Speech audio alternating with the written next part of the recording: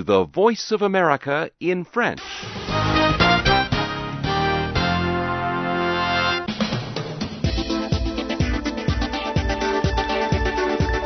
Bienvenue, La Voix de l'Amérique, service francophone vers l'Afrique. Tous les matins du lundi au vendredi à 5h30 temps universel et tous les soirs à 18h30 TU. Et sur internet à www.lavoixdelamérique.com.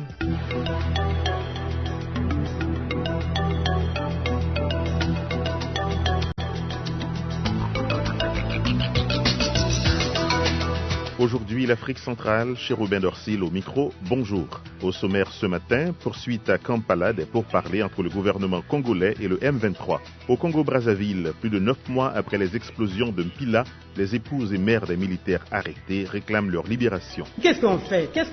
On est dans quel pays? On en a marre et marre, vraiment marre. À suivre, le reportage de notre correspondant Nguela Ngusu. Les États-Unis reconnaissent officiellement une coalition d'opposition comme représentant légitime du peuple syrien. Est-ce la chasse aux syndicats dans le Michigan? Élément de réponse dans notre... Merci Morgane Guiriec, ici La Voix de l'Amérique, Washington. Chérubin Dorsil en votre compagnie pour cette édition destinée à l'Afrique centrale, mais ouverte sur le monde.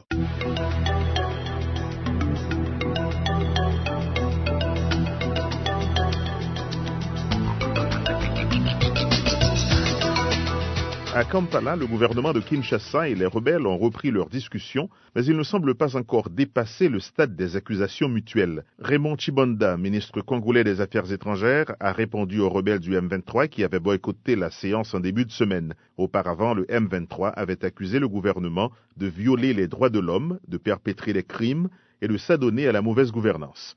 Aucun signe pour le moment de ce que sera l'issue de ces pourparlers. Sur toutes les rébellions à répétition au Congo, Idriss Fall a recueilli la réaction de Jacques Matanda, qui avait participé à la première rébellion en 1996 dans l'est de la RDC. Avec le général André Kissa Sengandu, Ismaïl Tessomoto, nous avons été les initiateurs du processus qui a abouti à la création de l'AFDL à Kampala durant les années 95-96. Malheureusement, ce processus a été récupéré et même confisqué par l'alliance Nyankole ougandaise et Tutsi rwandaise qui ont abouti à la création de la multinationale AFDL qui avait coopté Laurent Désiré Kabila. C'est dans ce contexte-là que sont nées, durant les 16 années qui viennent de s'écouler, les ailes dissidentes et belligérantes de cette multinationale AFDL, les différentes ailes RCD, MLC, PPRD, CNDP et aujourd'hui le mouvement du 23 mars. Tous ces groupes ont tiré profit de la médiocrité, de l'amateurisme, du débauchage de la classe politique congolaise qui est vraiment corrompue pour pouvoir réussir à créer l'état de fait que nous vivons aujourd'hui avec la confiscation de l'appareil de l'État par les composantes de la multinationale AFDL. La volonté de la souveraineté nationale congolaise, la volonté de la légitimité du peuple congolais comme seule et unique source du pouvoir dirigeant au Congo se trouve battue en brèche et mise en échec. C'est ça en fait qui justifie tout ce qui se passe aujourd'hui au Congo. Ce que vous appelez multinationale AFDL, Laurent Désiré Kabila a été supporté par le Rwanda pour arriver au pouvoir. Je suis en train de faire un témoignage. Je suis l'un de rares qui a participé à tout cela depuis le début jusqu'au moment où ils sont partis à Kinshasa. Laurent Désiré Kabila en fait n'était qu'une marionnette, un homme de paille. Et quand il a voulu se ressaisir, eh bien, on a éliminé et on a confisqué l'appareil d'État et le pouvoir. Et ça nous amène à ce que nous vivons aujourd'hui. Mais aujourd'hui, c'est son fils qui dirige le pays. Tous les anciens dirigeants, les Arthur Zaïdi Goma dont vous parlez, les Émile Oulunga, tous sont passés par Kigali. Donc, quelle solution pour le Congo? Je pense que la seule et unique solution valable au Congo aujourd'hui, c'est au travers d'un projet de société, d'un système de gouvernement qui devrait marquer la rupture avec tous les systèmes de gouvernement qui ont prévalu au Congo durant les 52 années qui ont suivi la proclamation de l'indépendance nationale. J'ai voulu dire le projet de société conçu par le peuple congolais réuni à la conférence nationale souveraine sous la direction de l'actuel cardinal Laurent Mosengo pour la réconciliation nationale intercongolaise comme préalable à la restauration d'une paix véritable et durable au Congo, gage de l'émergence de l'état de droit, de la démocratie, du développement économique, du bien-être social pour tous et du plein un épanouissement de tous et chacun en République démocratique du Congo. Donc il faut faire un appel à Laurent Mosengo et à l'esprit général de la conférence nationale souveraine. Jacques Matanda, qui avait participé à la première rébellion en 1996 dans l'est de la RDC.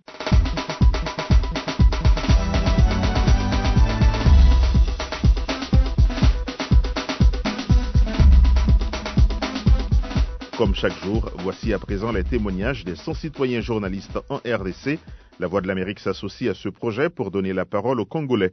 Retrouvez leurs messages, photos et vidéos sur Facebook et sur lavoixdelamérique.com. Christophe Araïga, citoyen journaliste pour la Voix de l'Amérique. À Goma, où nous sommes relativement calmes, la situation sécuritaire est relativement calme, mais c'est un calme qui est vraiment précaire parce que les gens se demandent, on dort mais on ne sait même pas comment on va se réveiller demain avec un groupe de M23 qui sont juste aux abords de Goma et on ne sait pas à tout moment, ils peuvent toujours descendre sur Goma. Il n'y a pas vraiment un mot d'ordre qui rassure la population quant à la sécurité. Mais aussi, on est submergé par l'afflux de déplacés. On voit les gens qui sont en train d'errer dans les quartiers, disent qu'ils sont déplacés par la guerre dans le territoire de Nyiragongo et tout ça. Ils errent dans les rues ici à Goma en train de demander de la nourriture aux gens, de l'argent aussi. On les envoie vers les camps aussi. Peut-être les camps sont devenus très nombreux. C'est vraiment une situation humanitaire qui n'est pas bonne.